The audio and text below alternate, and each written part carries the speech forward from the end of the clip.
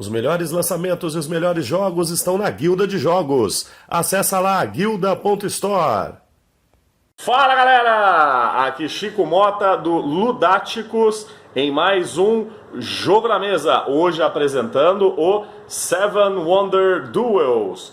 Assim como o jogo original, é um jogo do Anthony Bozat e do Bruno Catala.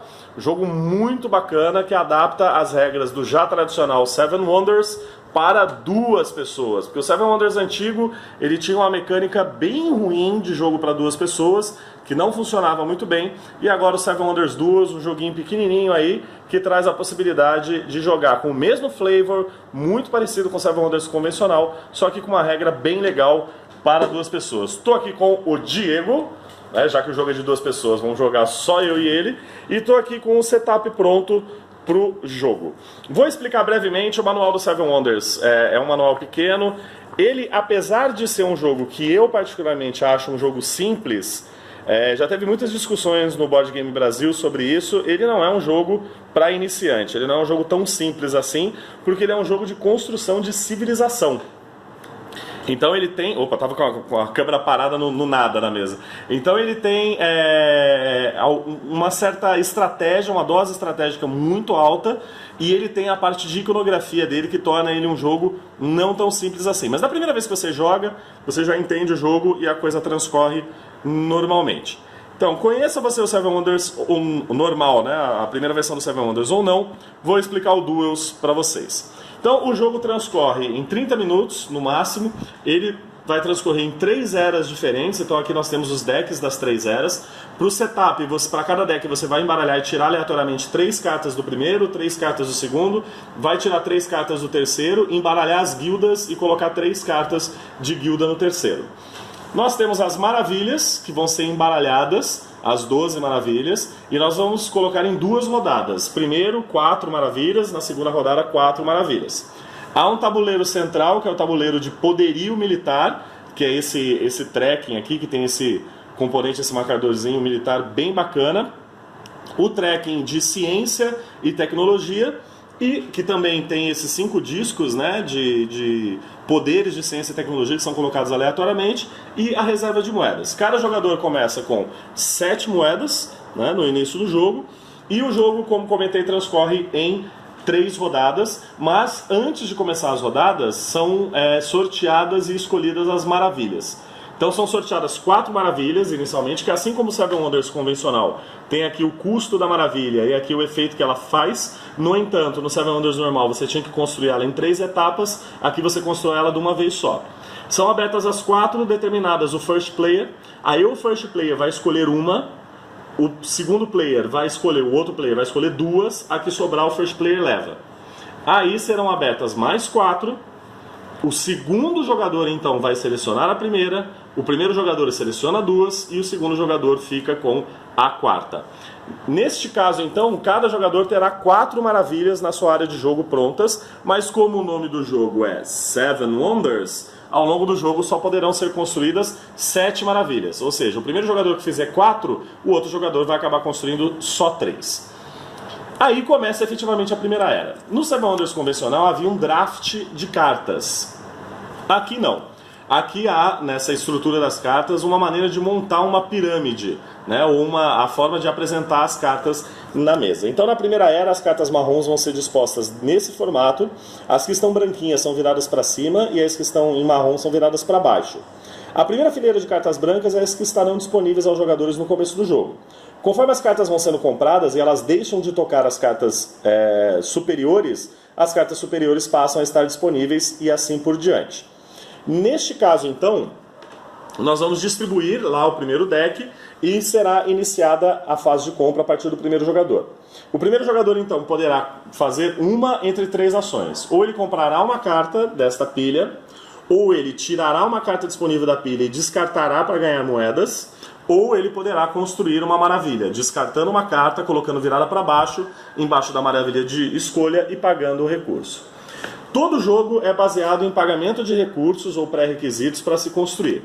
Existem cartas marrom, que são cartas de recursos primários, cartas cinzas, que são cartas de recursos manufaturados, cartas douradas, que são cartas de comércio, cartas azuis, que são cartas de edifícios e monumentos da cidade, cartas vermelhas, que são cartas de poderio militar, e as cartas verdes, que são cartas de ciência e progresso, que é essa carta aqui. As cartas normalmente vão ter um recurso, ou vão ter um pré-requisito, perdão, um custo, ou em recurso, ou em moedas, ou combinações de ambos, ou ela será uma carta que não terá recurso nenhum, que ela pode, como mostrar aqui, que ela pode simplesmente ser coletada e colocada na área de jogo do jogador. Depois que você começa a coletar os recursos, você começa a ter os recursos disponíveis para construir novas construções. A qualquer momento do teu turno, você pode comprar quantos recursos você quiser do seu adversário, contanto que ele tenha disponível, e esses recursos são virtuais, você não gasta o recurso do teu oponente. Eles ainda vão estar disponíveis para ele depois. E você vai pagar 2 moedas pelo recurso que você precisa, mais 1 moeda para cada carta de recurso igual a esse que você precisa que o seu adversário tiver. Por exemplo, se você precisa de 1 tijolo, você vai pagar 2, se ele tiver 2 cartas de tijolo, por exemplo, lá, você vai pagar mais 2 moedas, totalizando 4. E você, diferente do Seven Wonders normal, você só podia comprar um recurso da pessoa da tua esquerda e um recurso da pessoa da tua direita, aqui você pode comprar quantos você quiser, contanto que você tenha dinheiro para pagar. Tem 3 formas de você vencer o jogo. A primeira forma é passando as 3 eras e vendo os pontos de civilização, né, da tua cidade, do teu reino. A segunda forma é as cartas verdes de ciência e tecnologia, elas têm 7 símbolos diferentes. O jogador que conseguir baixar 6 símbolos diferentes na mesa dele tem a supremacia científica e vence o jogo na hora. E a terceira forma de vencer é através de poderio militar. Toda vez que um jogador baixa uma carta de escudo, uma carta vermelha que tem escudo e espada de poderio militar, ele anda aquele número de espadas e escudos na direção do seu oponente. E aí fica esse cabo de guerra, né? Conforme vai baixando as cartas, o marcador vai andando. Conforme ele vai avançando nos quadrantes, ele vai dando penalidade de moedas ao adversário. O adversário vai perdendo moedas e vai liberando pontos de vitória ao final do jogo, se a peça estiver naquele quadrante. Se chegar a qualquer momento do jogo na extremidade do adversário, o jogo acaba e o oponente vence imediatamente. Então, relembrando, supremacia tecnológica, supremacia militar ou pontos de vitória no final. Se não for por supremacia militar, nem por supremacia de ciência e tecnologia, no final nós somaremos os pontos de todas as cartas e aí aquele que tiver maior ponto será o vencedor. E aí cada carta tem uma forma de pontuar diferente. Então cartas amarelas, por exemplo, podem dar, que são as cartas de comércio, podem dar pontos de vitória. As cartas azuis fugiu o termo. As cartas azuis são de monumentos e edifícios, normalmente dão pontos de vitória também. Maravilhas podem dar pontos de vitória também. Esses ícones de ciência e tecnologia também podem dar. Eu esqueci de explicar o ícone. Toda vez que o jogador consegue baixar 2 cartas de símbolo igual, verde, ele pode coletar um desses tokens e aplicar o poder ou ganhar o bônus do token. As cartas amarelas também de comércio também podem dar pontos de vitória. As verdes dão pontos de vitória de acordo com a combinação e o set collection que você tenha delas. E dinheiro também dá um pouquinho de pontos de vitória no final do jogo. Vence então, ao final das 3 eras, aquele que tiver mais pontos de vitória.